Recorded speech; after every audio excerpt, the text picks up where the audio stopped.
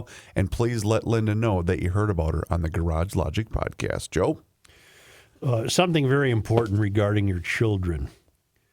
And this is from the American Experiment, and then we'll go back to something we visited on this show in September. The final chapter in Walz completely destroying education in this state. It's not enough that he's presided over $610 million in fraud. The journey began in December 2020 when the Minnesota Department of Education released its first draft of revised social studies standards. The new standards fundamentally changed the way we approach the teaching of history, geography, economics, and citizenship in government. More importantly, the standards introduce a new fifth strand of social studies called ethnic studies. They must be implemented by the 2026-27 school year and teach students to view the world through the lens of race, power, and resistance in every grade. Critical race theory. Empowered by success with the standards, the Walz-led legislature then passed an ethnic studies law that requires every school to offer an ethnic studies course and embed liberated ethnic studies throughout all academic standards from history to physical education.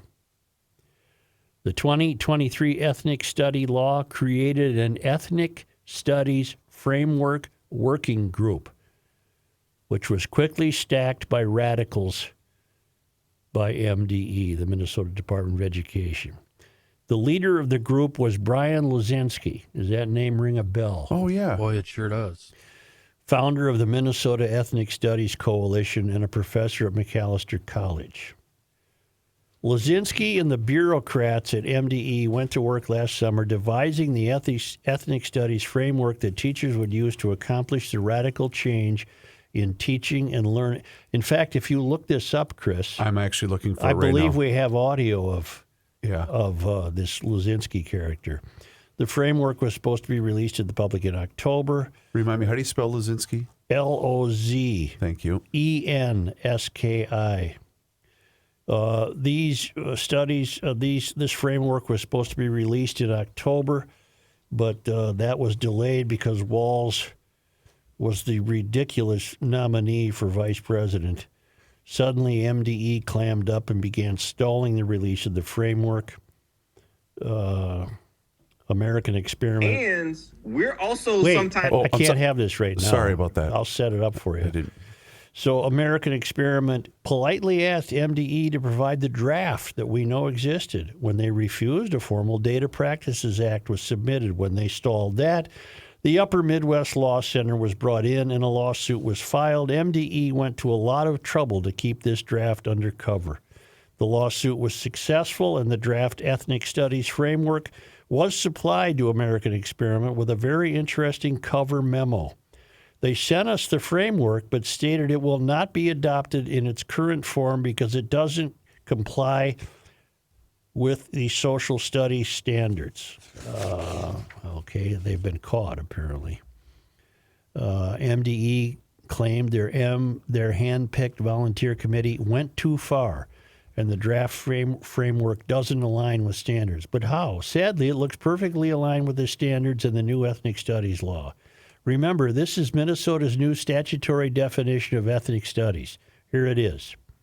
Ethnic studies means the interdisciplinary study of race, ethnicity, and indigeneity with a focus on the experiences and perspectives of people of color with and beyond the U.S. Ethnic studies analyzes the ways in which race and racism have been and continue to be social, cultural, and political forces, and the connection of race to the stratification of other groups, including the stratification based on the protected classes under Section 363A.13. Now, just a minute here. What we're talking about is everything's going to be looked at through the lens of critical race theory. And the driving force of this is a guy we encountered last September, Brian Lozinski, who he's an American hater. Yes, that guy is an American hater. He thinks He was appointed by Walz to oversee the education curriculum. He's an advocate for the radical concept of critical race theory and has called for an overthrow of the United States. This is who Walz chose. Walz is a destructive force, no matter what he touches. Numerous states across the country are in the process of removing CRT in DEI from their public schools and universities because it is divisive and anti-American. Meanwhile, Walz has embraced it. Brian Luzinski is an associate professor of urban and multicultural education at Macalester College. He was appointed by Walz State Education Department to help write the statewide implementation framework for Minnesota's new ethics studies standards. It now emerges that Luzinski has called for the overthrow of the United States. Now, you'll recall we talked about this guy back in September. And I went to Macalester, if you recall, to try to do a field trip, a little homework. And I wandered the campus, and I found the building where he works, but I was not admitted. I didn't actually think I would be granted an audience with this fellow. Then we looked up more about him, and he has a home and a family and a car, and I think he lives in, it's not important where he lives, but why is he even in America? If he hates it so much. Why is he even here? The fraud is collecting a paycheck in the failed academy, and he's living a nice life.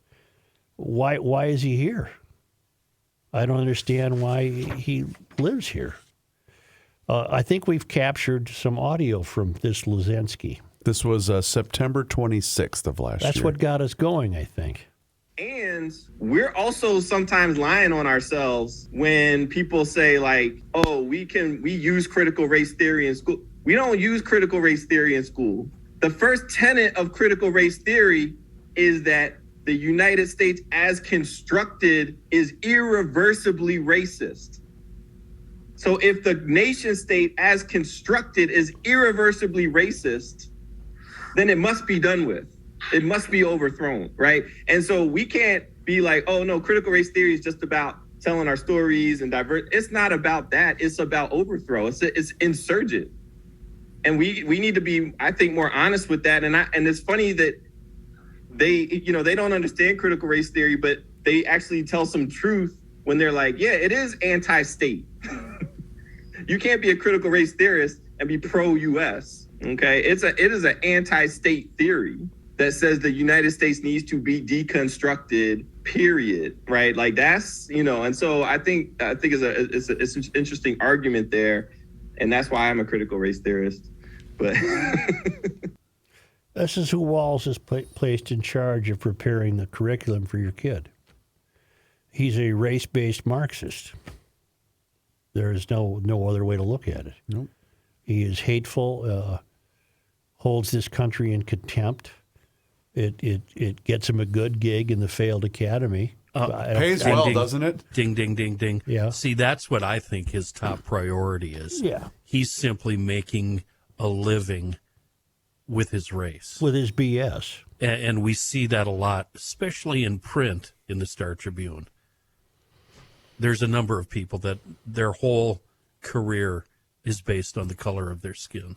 And this fraud, I say fraud because he clearly has contempt for the United States, but lives here. That to me is fraudulent. Go somewhere else and live. Right. He's Walz's guy, and now Trump, that gratefully would be opposed to this kind of fellow, and Trump has put the Walz administration on notice regarding ethnic studies. And you're not supposed to go down the critical race road because it's hateful, it's spiteful. It doesn't mean anything except contempt for the country. And in Luzinski's own words, what were his own words? That we are irretrievably racist? Irredeemably racist? Irreversibly racist. We're just racist by virtue of our birth. You got to overthrow us. Let's go. And I told you, Mysterians, and he's a Mysterian, they operate from a base of hate of the country. They don't want this country. Right. They want a different country. And he he says it better than I can say it. He wants to deconstruct the United States of America. It's a flawed place. He wants no part of it, yet the fraud remains here. It was a little cold today. Maybe his car didn't start, but he'll still get paid today. But he's got a gig at McAllister, probably makes $100,000 a year in health benefits, and he's touting this, and this is his gig. I don't like this country. We're irredeemably racist, and we're going to introduce this to our classroom studies. That all you little kids there, second, third, fourth graders, all you beautiful little children, I don't care what color you are, you are, well, only the white kids would be racist, I guess. That's true. Little Jenny, you're racist. You're not. You're a bad human being because you were born white. What are these kids supposed to think? So, what do you think they're doing? What is their motivation for not releasing the draft framework? Well, they're afraid of They're afraid of the public reaction. Or are they? Do they think they're going to get away with this and still receive funding from the Department of Education? Well, let's turn to the Trump aspect of this. At this point, MDE has not articulated exactly why they haven't released the draft framework, but a new reason to hold it back or possibly never release it came in the form of a memo from the U.S. Department of Education's Office of Civil Rights. That arrived Friday on Valentine's Day. It was sent to all 50 state education departments and gave them 14 days to remove all diversity, equity, and inclusion programming in public schools. Failure to comply will result in the loss of federal education funding. That's what they're facing. So everything that Tim Walz has put into place up until this point is in direct violation of that memo sent out and received on Friday. I'm continuing to read from the American Experiment. It's hard to see how Minnesota's radical ethnic studies framework will pass the Trump administration's test. The Office of Civil Rights wrote, other programs discriminate in less direct but equally insidious ways. DEI programs, for example, frequently preference certain racial groups and teach students that certain racial groups bear unique moral burdens that others do not. Such programs stigmatize students who belong to particular racial groups. Well, that means white people. Consequently, they deny students the ability to participate fully in the life of a school, which is terribly ironic to me. It's terribly ironic to me.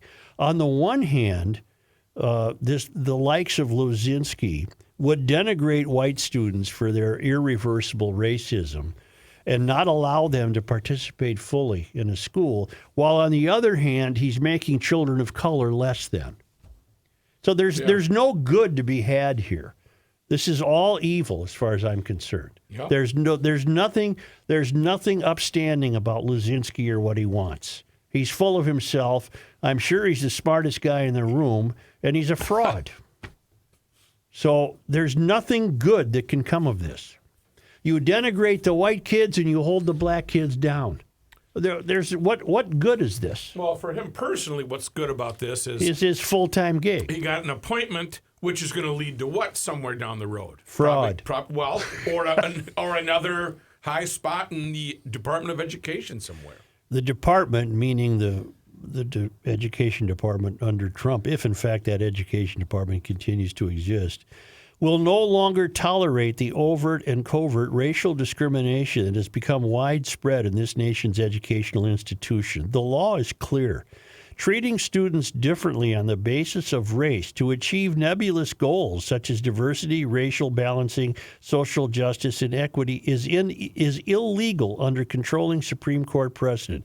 Luzinski wants to discriminate against students who happen to be white. And if you oppose He's discriminatory. What happens? Then if you oppose it, you are a racist. Mm-hmm. So he's got his bases covered. This is a bad guy. Walz should have never hired him. The MDE should have never hired him. He shouldn't be at McAllister, although McAllister, you're your own world. I really don't give a bleep what you do. But this is ridiculous. You're paying for this, taxpayers. You're paying for this fellow to be the head of creating an ethnic studies curriculum in which he will insist that we're so pathetically and irreversibly racist that white kids should be considered to have a moral burden that others don't, and that they will be punished for not reflecting it or accepting it. And Trump's team comes along and says, go bleep yourself. This doesn't result in anything. This is evil. Everything Walz has put into place, from the social studies standards to teacher training to radical ethnic studies, is in direct violation of the current memo. The Office of Civil Rights should begin their work in Minnesota if they are going to make an example of other states. The new ethnic studies regime will impose a monumental, costly, and self-destructive burden on our state's overstressed public schools at a time when a majority of Minnesota students cannot even read or do math at grade level. Right. They learn about racism right away, but they can't count to 10. A bill, House File 29, to repeal ethnic studies and delay implementation of the social studies standards, which this foul Lozinski had his hand in, will be heard today. Okay. Today. House File 29 is being heard today by the Minnesota House Education Policy Committee. If the Minnesota Department of Education shows up to testify, well, when they showed up to testify at the